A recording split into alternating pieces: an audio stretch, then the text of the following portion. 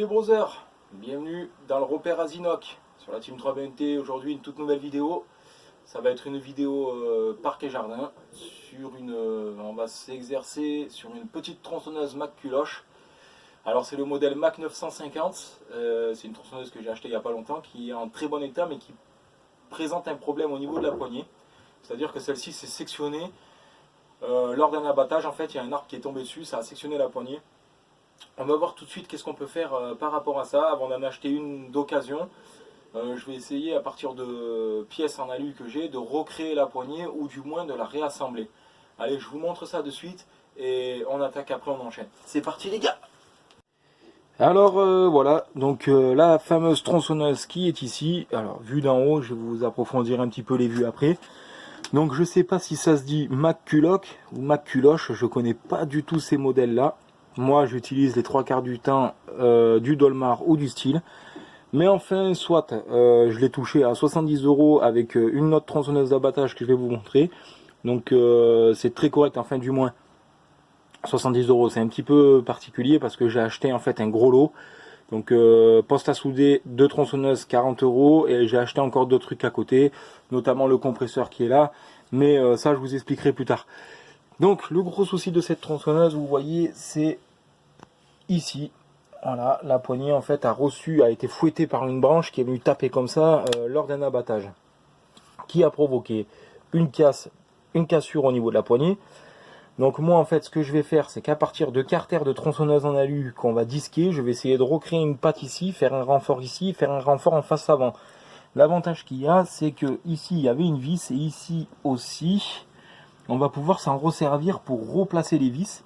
Mais dans un premier temps, ce que je vais faire, c'est que je vais nettoyer, dégraisser et mettre un cordon de colle.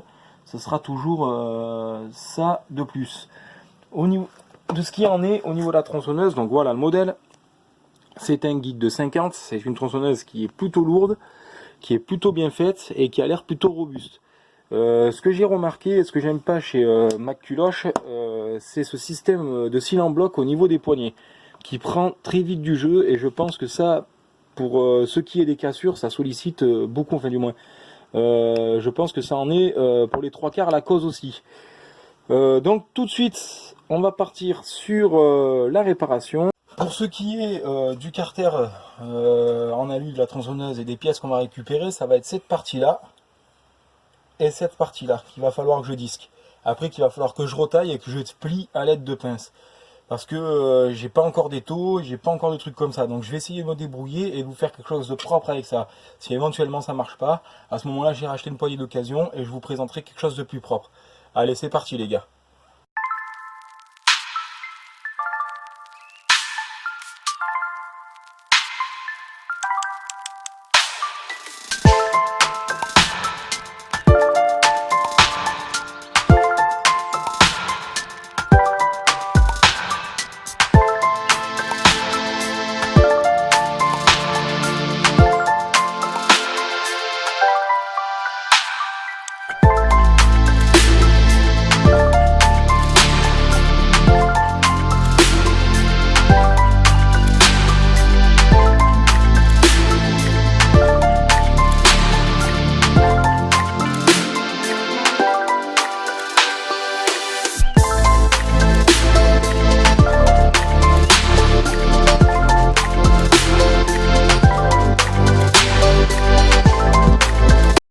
Alors voilà la première patte que j'ai récupérée les gars. Alors hop, je tourne un peu l'objectif, voilà, parfait.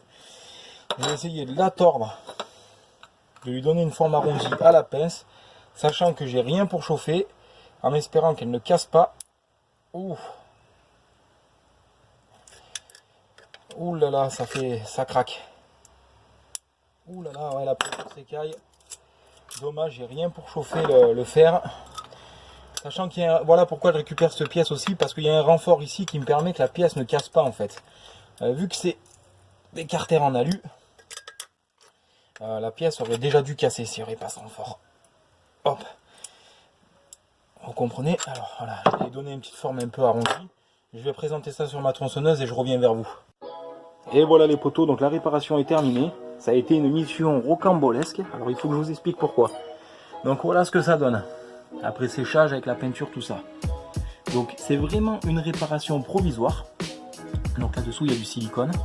Et en fait, je ne sais pas si vous voyez ce que c'est ça, mais c'est tout simplement en fait des colliers en inox, du moins inox en fer, des colliers en fer que vous servez pour les tuyaux d'arrosage. Mais moi en fait je les ai redressés, j'ai percé avec des forêts et j'ai mis des vis. Ça remplit très bien sa mission. La poignée n'a plus de jeu, je peux faire ce que je veux, ça bouge plus. Je peux accélérer sans problème, on va faire une mise en route ensemble. Et voilà ce que donne ma réparation. Alors je vais vous expliquer pourquoi j'ai mis ça. Tout simplement, alors je vous laisse regarder le chantier, ça a été une vraie galère.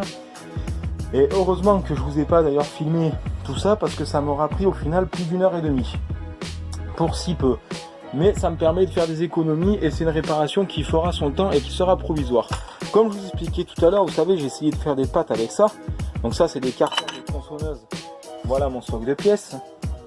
Et donc tout simplement, vu que j'avais pas de quoi chauffer mon alu ici, avec ma pince et une autre pince de force derrière, j'essayais de tordre cet alliage. Sauf que, tout simplement, il a cassé.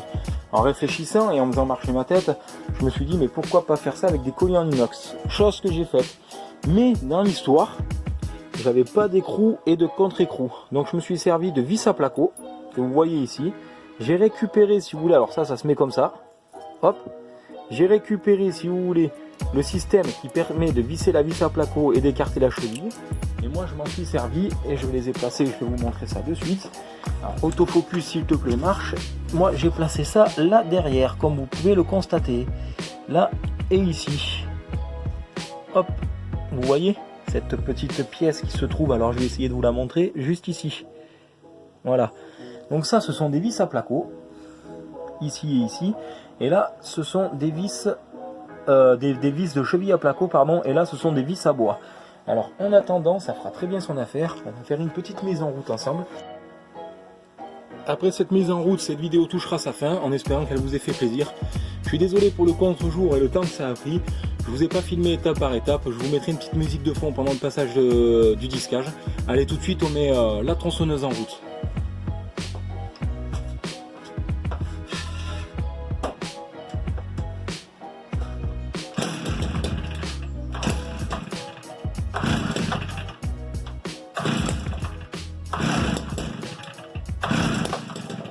Qu'est-ce que tu me fais?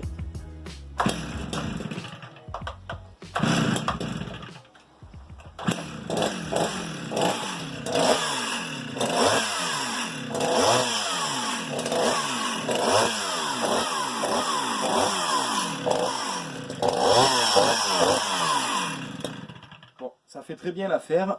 Plus de jeu dans la poignée, c'est réparé, nickel. Voilà, je suis vraiment content de ce que j'ai fait. C'est du provisoire.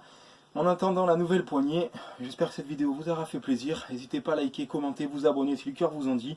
On se dit à très bientôt. C'était Zinox sur la Team 3BNT les gars.